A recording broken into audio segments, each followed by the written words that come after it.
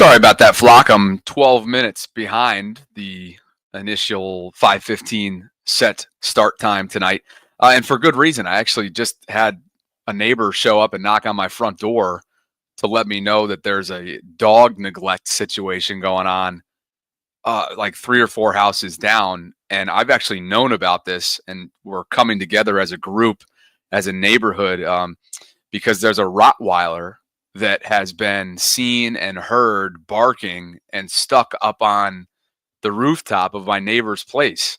Now, they're living there, and it's not like the Rottweiler is out on the deck like all day long, but it's something that we've found to be a trend. It's an issue, obviously, when neglect is involved here. And you guys know that I have a special place in my heart for dogs and animals, as most people do. And so I was just trying to figure out how to handle this with the neighborhood. So anyway, again, my apologies for running a little bit behind. I was all set to start at 5:15 because we've got a lot to discuss, but then my neighbor Shelby showed up, and I wanted to make sure that I tended to that so that we can figure it out. So with that, again, apologies for that, but I have a lot to get to, including hopefully some clarity here off the top from Matt Stover, former Super Bowl winning Ravens kicker, who went on the Glenn Clark radio show earlier today and provided some clarity on Justin Tucker. And who better than, again, a Ring of Honor member and somebody who had a storied career in Baltimore and embodied longevity, stability, consistency, and excellence than to, Matt Stover. And he's going to have a chance to chat about this a little bit with some of the clips that I'm going to share from Glenn's show. Go check it out in full on the Glenn Clark Radio YouTube channel. After that, the Ravens have signed a new defensive player to their practice squad. We'll talk to you about the significance or insignificance of that signing. Some other defensive notes as well, including an inside look at Tre'Davious White and why Nate Wiggins, I think, continues to earn more and more playing time. But first, let's begin with a simple question posed by Glenn to Matt Stover, and that is Justin Tucker done? No. And the reason is physically he can kill just, oh my gosh, the 56-yarder that he hit. I mean, my gosh, right? He just crushed it. His kickoffs were great. And he's just got a little pull on his ball, and that's just a little technique for him. Could be a little emotional issue going out because, he can be perfect out in practice, perfect in pregame, and then you get out there and your heart rate increases about 100%. You go from, a 60 standing heart rate to 120 real quick, to 140 real quick. And you have to that's never easy. It's always hard. And knowing the type of competitor he is, he's not done. And the fact that he manages himself so well, if you notice that he's never missed a game, he's been healthy. Wow. That's hard to do. Look at Butker. I mean, look at a lot of these kickers. They're going down with quads and hips. Not Tucker, and that's because he knows how to manage himself with his kicking. And Randy Brown and the team, he knows what it takes physically to be fresh. And so he'll get through this. I know that he's strong. I know that emotionally he wants it. He wants the ball. He's not going to run from it. And it's happened to me. It really has. So, I would say this, just take the next kick, hit it easy. You don't have to hit it hard, and just want the ball. And I know Tucker, he'll get through it. Matt Stover, now 56 years old, spent quite a few years in Baltimore from 96, the inception season, to 2008. Of course, won a Super Bowl with this franchise and kicked up until he was 42 years old, which, again, is such a testament to his longevity, his stability, his excellence.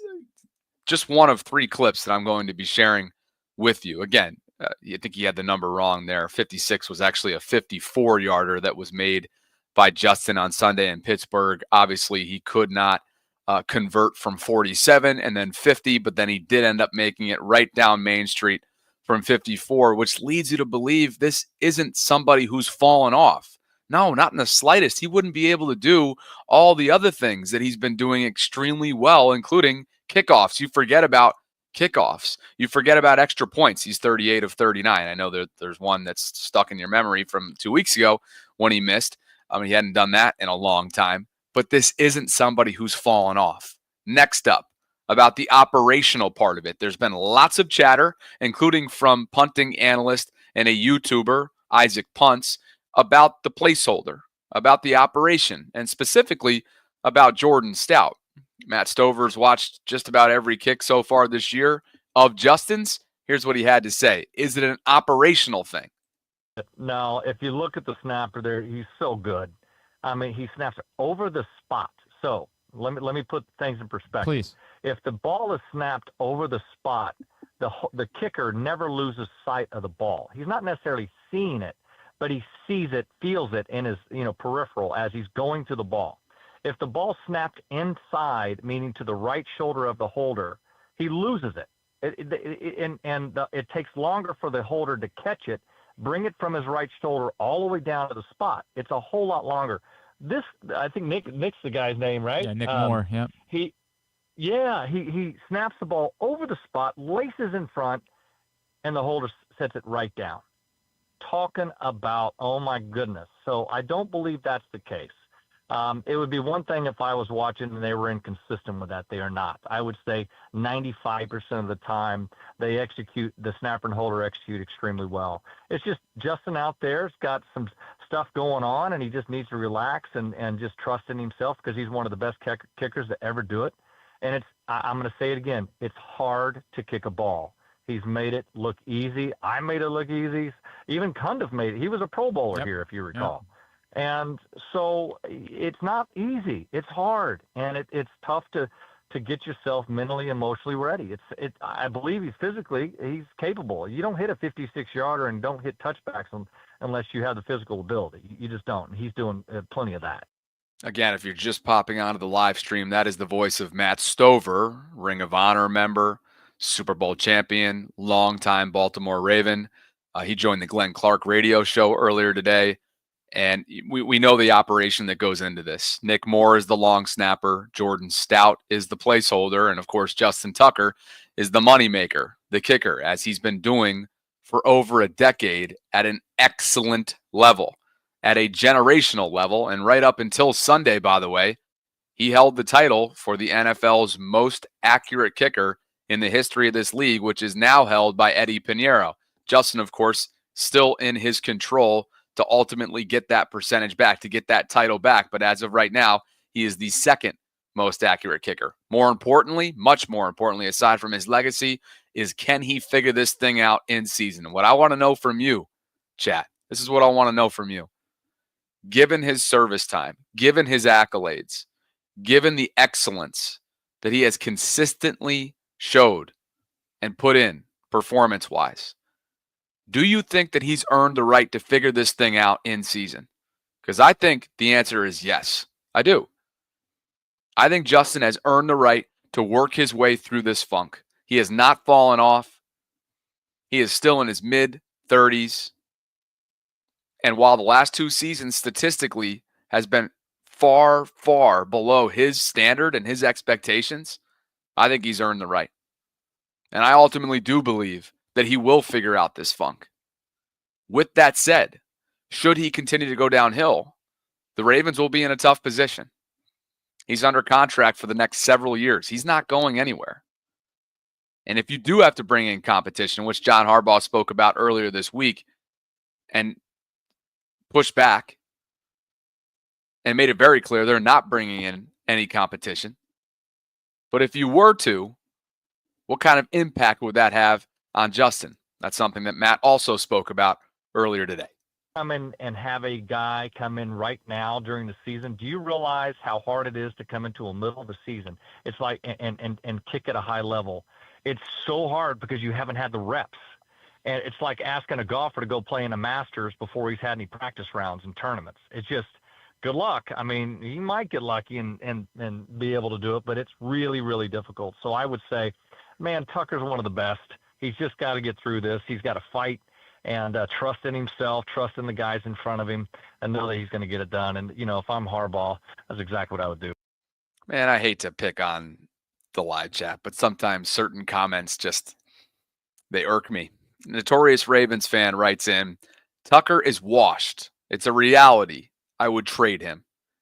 Notorious, I don't know if you're trolling. I don't know if this is actually what you truly feel, but I would ask you to look at this with an open mind. Do you really feel like Justin Tucker is washed? And two, do you really feel like, one, in the middle of a funk, it would be wise for the front office to trade him? And three, does that make any sense? One, what makes you feel like he's washed and can't figure it out? And two, why would you feel like the answer would be to trade for him? I don't mean to be a dick. I'm not trying to come across as that whatsoever. If I am, my bad. But I just don't. Sometimes you pop up the phone and the keyboard's right in front of you and the chat's right there and your emotions are running high because let's be clear. Justin is the reason why the Ravens lost this game. Justin is the reason why Pittsburgh is now a comfortable 2 games ahead of the Ravens atop this division through 11 weeks of football. But Justin can also be the reason that he figures this thing out in season. He is paid to do so. He's one of the highest paid kickers league-wide.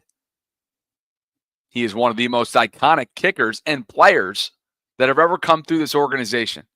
There are not many teams league-wide where you can show up to their home stadiums on Sundays and you see kicker jerseys being worn all throughout the stadium. Baltimore is one of those. M&T Bank Stadium is one of those. And Royal Farms certainly knows that, investing in quite a bit of money into Justin over the years.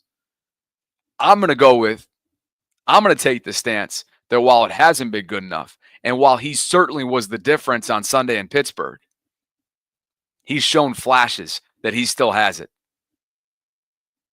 And I'd be betting on Justin to turn this thing around in season. And he's earned the right to do so because of his track record, because of his longevity, because of what he has committed and given to this organization.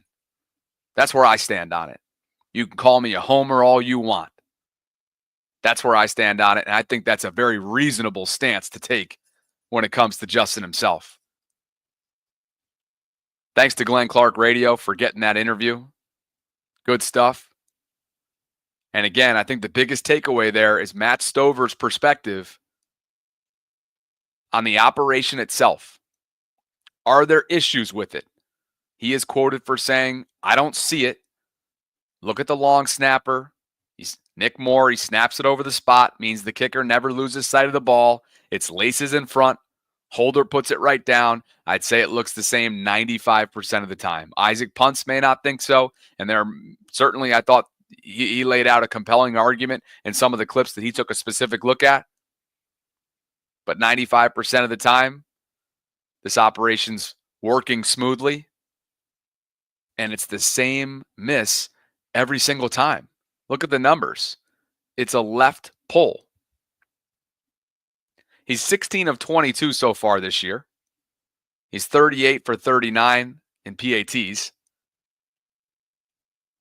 He's got a field goal make percentage of 72.7 so far through 11 weeks. His long has been 56. He's 3 of 7 from 50 plus, which we know has been a struggle the last 2 years. Matter of fact, last year from 50 plus, he was 1 for 5 in the regular season. Between 40 and 49 this year, he's 4 for 6.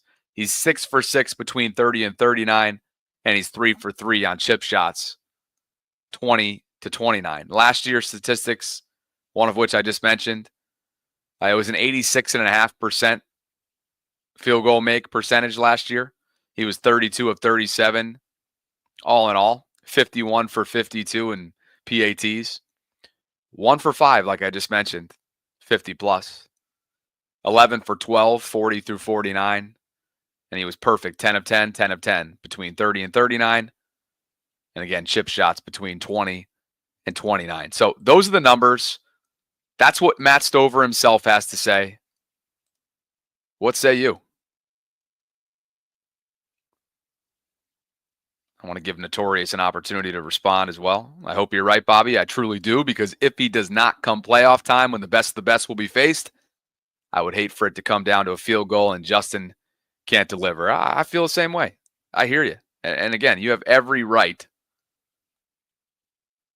You have every right to have your concerns. I get it. I totally get it. But I think it also requires some patience, and the statistics and the longevity and what he has been able to accomplish throughout his 10 plus years in Baltimore. Don't take this the wrong way. I think part of the fan base is a little bit spoiled. Think about it. Think about the amount of teams year in and year out that struggle with the kicker position. The Ravens have had the luxury. They have lived in kicker luxury for years. For years. And it wasn't until last year where you started to think, man, what's up with Justin? But watching the kick themselves, watching the muscle that he still has, watching the length, watching the power, watching the drive, and listening to Matt Stover makes you feel like this is something that's either mental or a technique thing that Justin himself, his team with Nick and Jordan and Randy Brown on the coaching level, all got to figure out. By the way, last year in terms of postseason, I was looking this up earlier. I didn't have that screenshot up in front of me, but last year's postseason, for whatever it was worth, 2 games, Justin was 3 of 3. A long from 53, and he was 2 for 2 between 40 and 49, and he was 5 for 5 in PATs. So if that's an indication, again, just 2 games, but if that's an indication potentially of what could be coming, assuming that the Ravens have a playoff run in front of them upcoming, then I like it. What the hell's Final Resolution barking about in the live chat? Final Resolution says Bobby Albany. Here we go. Just stop. You sound like every other goddamn Lamar apologist. Your quarterback completed 48.5% of his throws. That's why the Ravens lost. Final. Did you watch the game, bro? Did you watch the game? You want to know why the Ravens lost, my guy? I'll tell you why the Ravens lost. I got it right here in front of me. Okay? This is why the Ravens lost. And if you're telling me otherwise, I can't talk shop with you. Justin missed 2 field goals. Were they easy? No, 47 and 50. Chris Boswell made 6. Steelers did not score a touchdown. The defense did its job for the first time this year. Maybe not the first time, but had maybe the best since Buffalo overall performance defensively. Okay, you turned the ball over 3 times, none of which were Lamar's fault. The King and a future Hall of Famer fumbles it on the opening drive. Isaiah Likely before the half because of PQ. PQ makes an all-out effort play, Likely coughs it up. And it goes down as a Lamar Jackson interception, but it's an unbelievable play by Peyton Wilson. Was it slightly underthrown by Lamar? Sure. Justice has got to find a way to wrestle that thing away from Peyton. It went the other way.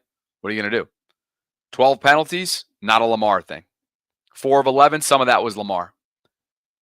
And as I've already discussed, Final, and I'm probably giving you too much energy because I just know the type of fan that you are, Mr. Troll Job.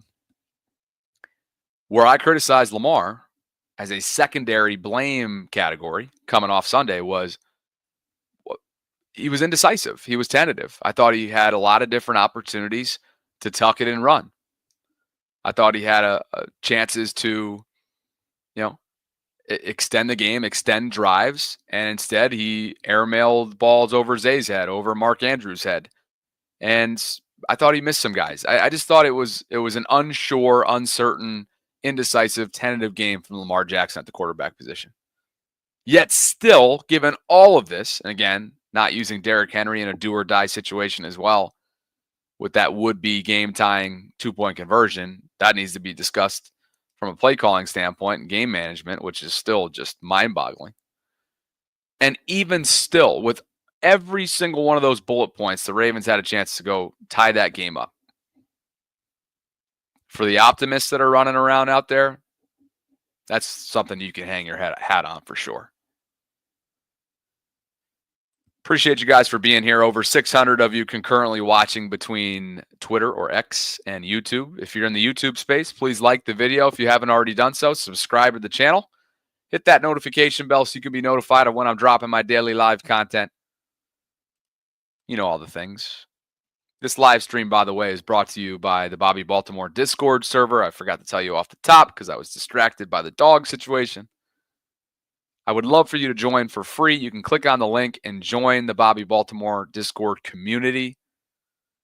It is a pinned comment in the live chat right now. It's a 24/7 hub for conversations surrounding Baltimore sports. Go check it out. Shall we talk about the newest Raven? That is none other than Desmond King. Desmond is a 5th-round pick out of Iowa back in 2017. Began his career with the Chargers, where he spent 2017 through 2020. Then has hopped around ever since. Tennessee, Houston, Pittsburgh, again Houston the last couple years. And the Ravens have signed him. He is a cornerback, by the way. He is a veteran defensive back, a special teamer. And Desmond is joining the Ravens. Technically, he's on Baltimore's practice squad. And as Ken McCusick provided here, a couple notes on Desmond, who's now 29. He'll turn 30 next month. And Ken writes, he played well in 2023 with Houston when he allowed 5.9 yards per target at slot corner, but was flagged 6 times in 230 coverage snaps. He's going to turn 30, as I mentioned, on the 14th of December, under a month from now. Most of his career has been at slot corner, but he has played some safety. So a good backup for the Ravens, who, of course, are thin at safety because we know the reality at that position right now. The 3rd highest cap hit member of this organization is no longer in their plans, at least as of right now. That's number 32, Marcus Williams. And Eddie Jackson didn't even make the damn trip to Pittsburgh. And those are 2 safeties. One they have a lot of money tied up in. One they have very little at all. And, of course, Eddie Jackson. Perhaps this tells you a little bit about what they have in Bo Braid, or maybe it's more along the lines of Eddie and Marcus not being in their plans, and Sanusi Kane, who we don't have a true verdict on, but he got banged up. He's been a mostly special team guy, late round pick back in April out of Purdue. He left Pittsburgh with a walking boot and on crutches, according to beat reporters who were there. So again, I'm not necessarily expecting Desmond. I would be surprised if he's elevated right away from the practice squad. But then again, he could be taking Sanusi Kane's spot. So we'll have to see. This guy with a ton of experience, again, most of which has been at slot corner.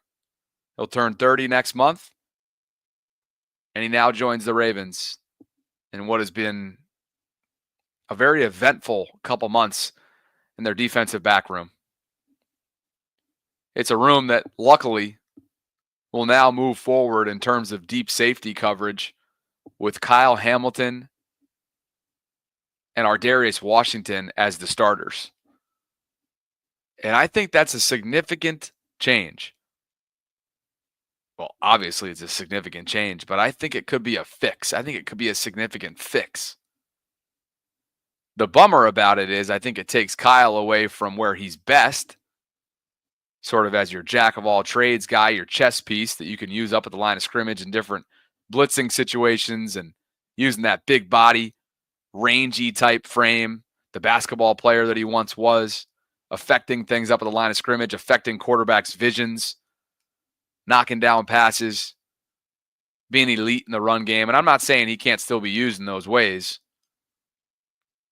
But what I am saying is this was not priority number one. This was not the most ideal case scenario to use Kyle back there, I would think, if you're Zach Orr and company. But they've basically been put in a situation where you're forced to do so.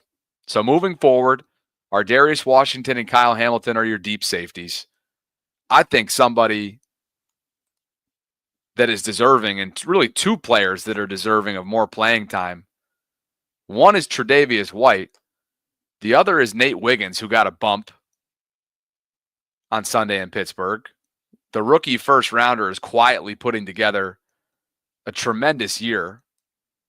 Of course, they selected him in the first round back in April out of Clemson. The 33rd team, courtesy of Next Gen Statistics, took a look at the corners with the best cover EPA when targeted. And look who took the care of the list here.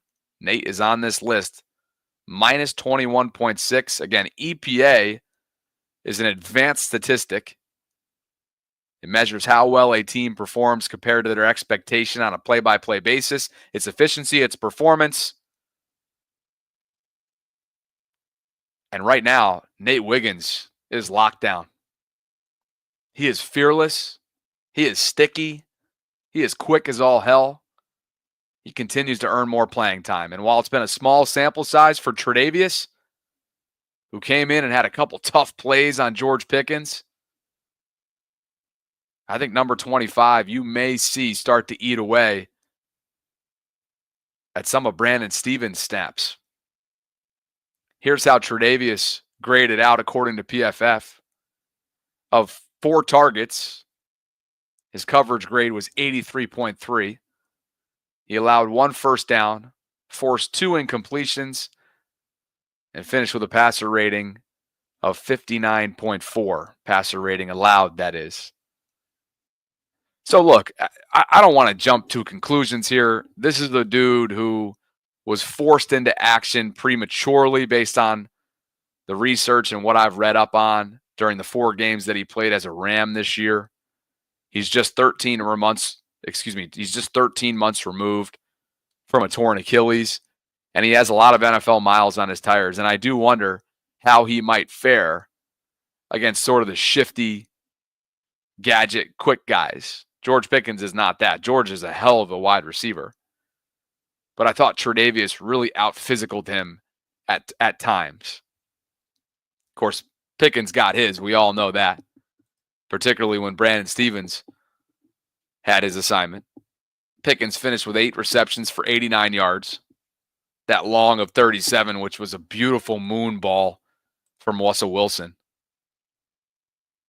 In terms of coverage statistics, Brandon Stevens, he's been picked on this year. He has logged 516 coverage snaps. 69 times he's been targeted. The average target per coverage snap is 7.5. 47 of those 69 targets have wound up being receptions. 633 yards in total. 8 forced incompletions, 4 PBUs, no picks, 1 dropped pick from Brandon. He's allowed 3 touchdowns and an opposing passer rating of 111.6. It's been a tough year for Brandon. I think he's been picked on a lot, quite a bit of which has been deserving. Elsewhere, I think it's been a little bit over-exaggerated. But the point is, if Tre'Davious White starts to stack games here, I'm not saying they're going to bench Brandon. I think his playing time is in jeopardy. And Tre'Davious White's just the guy to make that happen. As for Marlon Humphrey, he's en route to a Pro Bowl season. Dare I say, All-Pro Marlo is back in the flesh.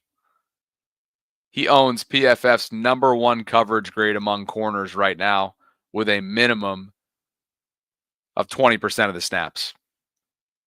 54 targets of 384 coverage snaps, 32 receptions, 313 yards, 6 forced incompletions, 6 PBUs, 5 picks, which is tied for second league-wide among all defensive players.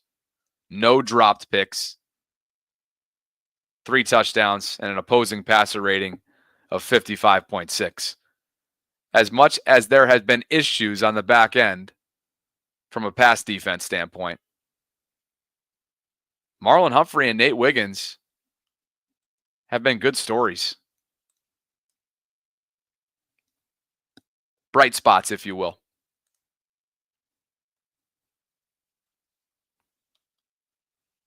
And I think what you've noticed, and I see some of you chatting about this in the live as well, is that Marlon's demeanor is definitely different. Marlon understands that what they've put out on tape as a collective unit is unacceptable. He's the longest tenured defensive player in Baltimore.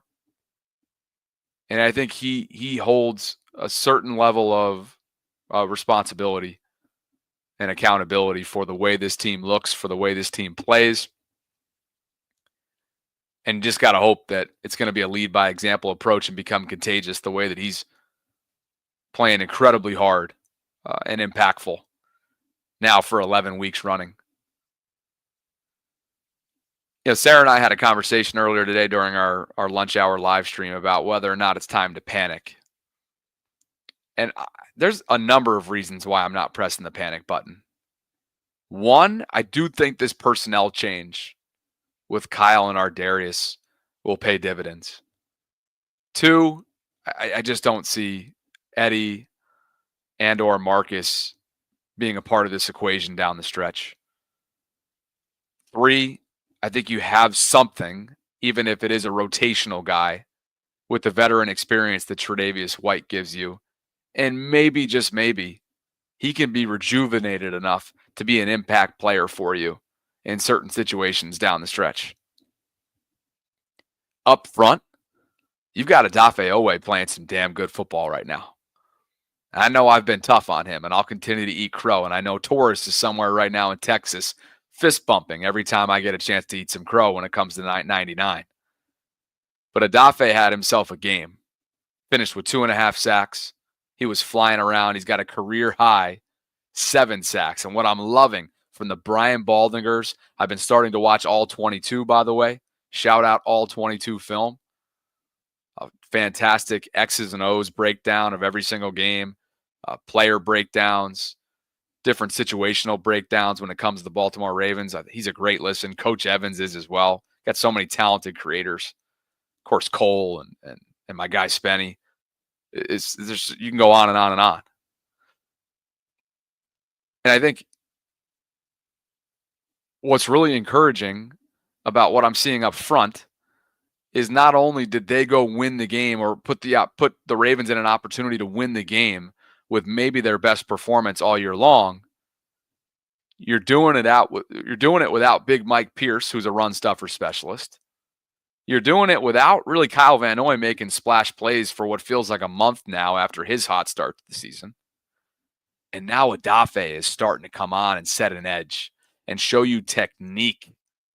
He's showing you variety now. He's not just using his freak athleticism to get to the quarterback and bring pressure.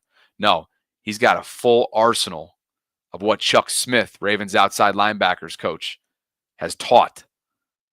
And he's starting to use it and utilize his strengths. That's exciting to me.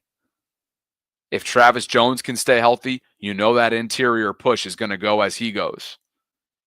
And knocking on wood for Roquan Smith, because as soon as you got some capable safety coverage in there and Kyle and Ardarius, it's no coincidence that Roquan started to look like himself through 3 quarters until he left with that hamstring injury on Sunday in Pittsburgh.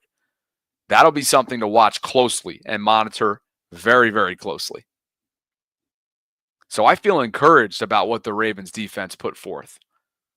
And I think there's a darn good chance that they can start to shift things around here over the next month and a half.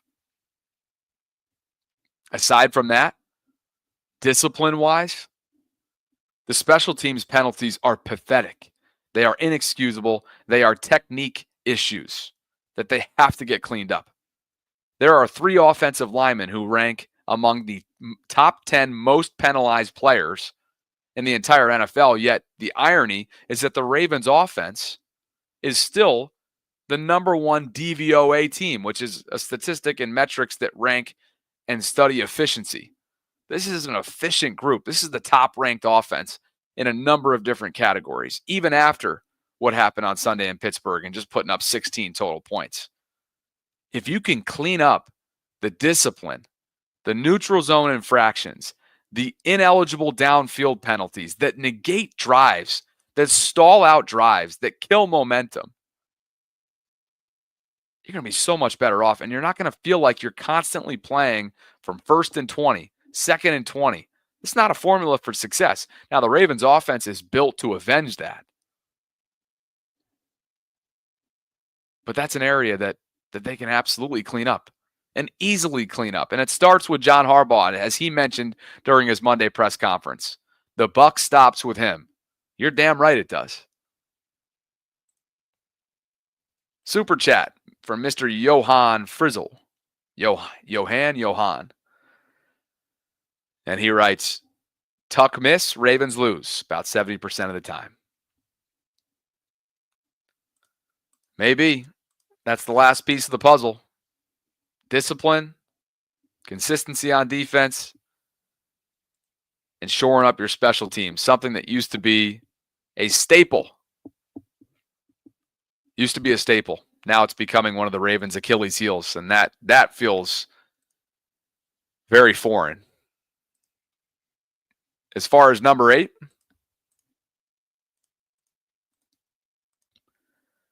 Lamar Jackson, even after, again, just a brutal performance through the air, 16 of 33 for 207 yards on Sunday, he is still a top 2 passing yards quarterback, 2,876 to be exact. Joe Burrow leads the pack with 3,028.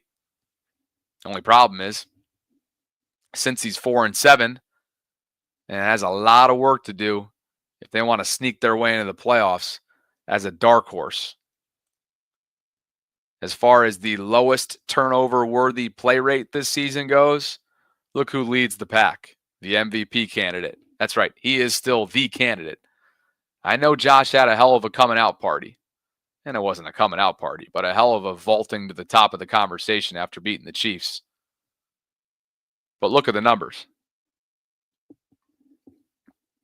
The numbers scream this is still very much a one-man race. And I mean absolutely no disrespect to Josh Allen. You guys know how big of a fan I am. Oh, yeah, Bobby Buffalo my ass. Get the hell out of here. But look at the numbers. It's still Lamar's to lose. Now, Josh Allen has his team scratching and clawing for that top overall seed. And as we saw last year, it wasn't necessarily Lamar's statistics that won him that award. I think in a lot of people's minds, it was the signature wins like Christmas night in San Francisco when they throttled the 49ers. That's a big part of it. And Lamar's 7-4 right now. Josh Allen, 9-2. That's the only thing he has over Lamar through 11 weeks. Completion percentage, 67 flat, 64 flat for Josh. He's got him beaten passing yards. He's got him beaten passing yards per attempt. He's got him beaten passing yards per game. Passing touchdowns. He's got less picks. Got a better passer rating. Of course, he's got him beat as well in all the rushing categories. Aside from, what's that last one down there? Josh has him in rushing touchdowns, but obviously he does. Derrick Henry's in Baltimore. Lamar doesn't need rushing touchdowns. So there's still a lot left to be said about this argument and how ultimately the 2024 NFL MVP candidacy will shake out. But as of right now, for my money, through 11 weeks, it is still Lamar. I'd say Josh is starting to become a close second. And Buffalo's rolling right now. Still hard to believe the Ravens smacked them the way they did on Sunday Night Football. But that is what they did. And Josh is doing more with less right now. He's got some injuries. And that was a huge win for the Bills the other night. In Western New York, where there is a significant home field advantage. Just ask the Ravens and company and Lamar about that. The year they met up in the 2020 or 2021, whenever it was, playoffs. Cold, snowy, windy night. Not one of Lamar's better performances. And he was knocked out of that game with a concussion because of an errant snap by Matt Skura, who just retired. So congratulations to Matt, but how can you forget what took place there?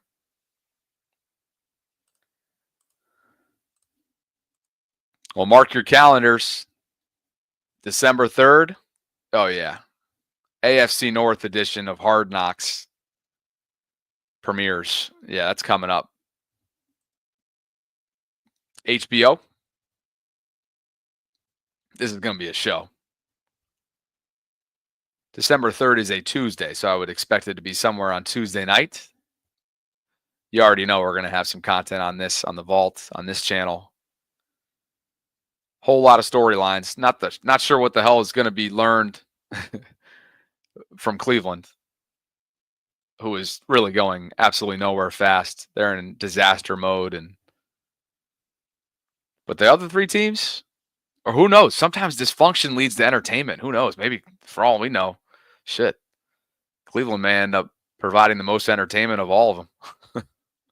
But this is going to be something else. I can only imagine. John Harbaugh says he's going to act the same way. Nothing's going to change internally in terms of when cameras start coming around. I don't know if I believe that. Hard Knocks is absolutely legendary. If this lives up to expectation, oh, it's going to be something. Think about the personalities. Wish Marcus Peters was still here. You know, he'd play a key role in this. Give me one Raven, past or present, that you would love to be featured in Hard Knocks solely based on their personality, not named Ray or Ed or Sizzle. Give me one of them. Not named Ed, Ray, or Sizzle. Mine would be Marcus Peters. Who's your one player, past or present? The late Jacoby from Tila. That's a good one.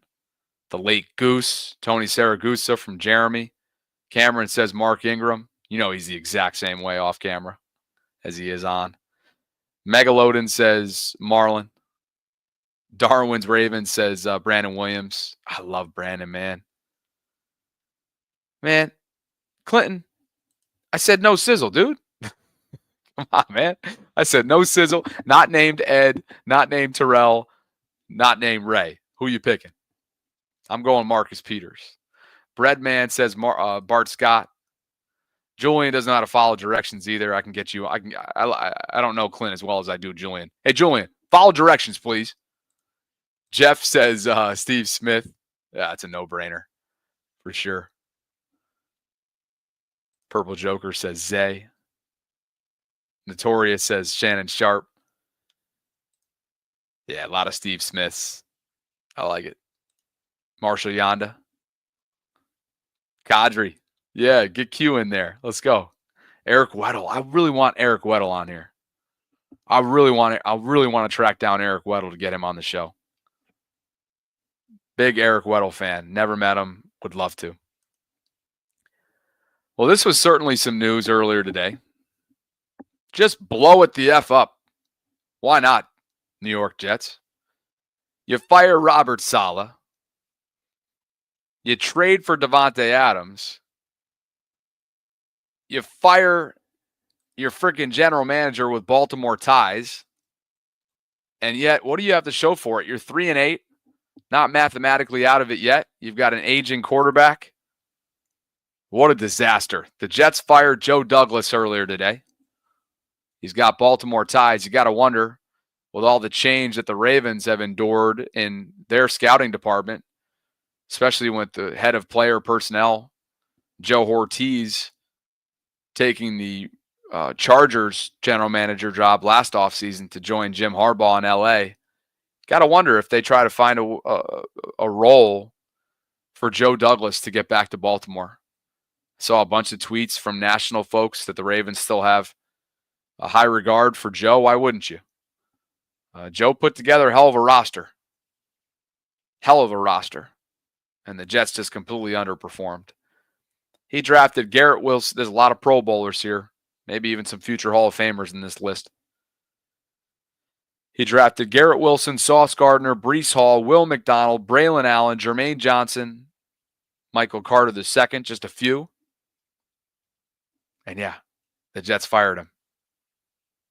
Sometimes you can't overcome the Jets organization, can you? You just cannot overcome the issues that come with the Jets organization. Oh, boy. Why not, though? Bring him back. I don't know if he wants to take the rest of the year off. Maybe he would. If he's the type of guy that's just got to stay in it, maybe Baltimore makes a call. Got his career started in Baltimore. Hell of an evaluator. Why not make the call? May not have been or went on to become a lifelong Raven, but certainly couldn't hurt. You know the Ravens are always looking for more continuity. And with Ortiz gone, others as well, still got a lot of talent in that scouting department. I'll tell you that. It's where the Ravens probably don't get enough credit. Certainly around draft circles they do, but this is a group that leaves no stone left unturned when it comes to evaluating players at all levels of the college ranks.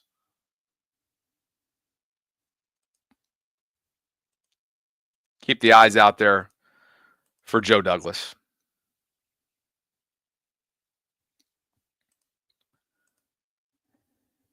Going to finish things up just short of the hour tonight, guys, just for no other reason because I'm tired. I want to open up the guest lines, but I just get tired. Solo Dolo says he's late. Shame on you for being late, Solo. What were your thoughts on the new signing of Desmond King? It's a practice squad player, 29, turns 30 next month, has a lot of experience at slot corner. I think it brings in some depth. Hopefully it doesn't mean that Arthur Maulet's about to go on injured reserve. He's got a calf strain. Maybe don't rule that out. He was seen in a walking boot at the end of last week to not play against the Steelers. Already was on IR to begin the year because of that arthroscopic knee procedure. But it's a secondary that needs as many bodies as it can get, whether it's health-wise or whether it's just personnel-wise, if they're in the game plan. And right now, at the safety position, Marcus and Eddie aren't in the game plan. And Brandon Stevens is struggling. And Tre'Davious White is going to start eating away at his snaps should that continue. And with Arthur Maulet's health unknown, wouldn't be surprised if this guy's logging snaps. I don't know about next Monday night. I don't know if he's – I have to get more of a sense for whether or not he'll actually be elevated by Monday night. But at the very least, it's a depth piece that has a lot of experience, spent the last couple of years in Houston, and he's been around the NFL for a long time.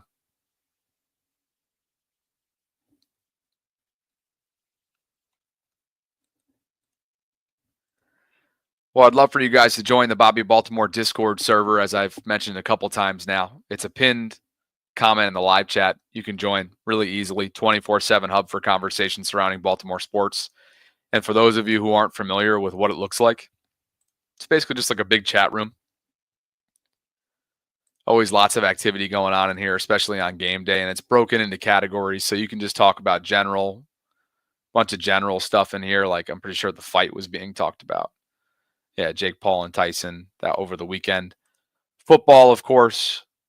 I dropped something in here right before I came on about the Hard Knocks HBO. But there's just consistent chatter in here. Orioles baseball, I mean, not a ton this time of year, but still some earlier this afternoon, just about various things.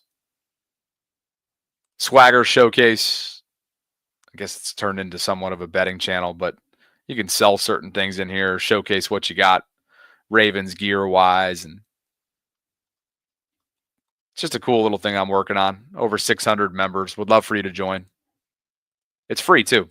May not always be free, but it is free right now. So hop on it while you can. It'll always be free if you get in at the initial jump there. So with that, like the video if you haven't already done so, please. Subscribe to the channel. Hit that notification bell so you can be notified of when I'm dropping my daily live content. Sarah and I will be back with you on what? Wednesday? Wednesday, 12 noon Eastern? That's tomorrow, Wednesday, already. I know, some of you guys were upset about it being Tuesday. It's already Wednesday. Not yet, but we're almost there. Wednesday's coming up. And it's not an extra long week, but feels a little bit longer than usual because of Monday night. So, yeah, hope you guys have a fantastic night, and I will catch up with you soon. Later.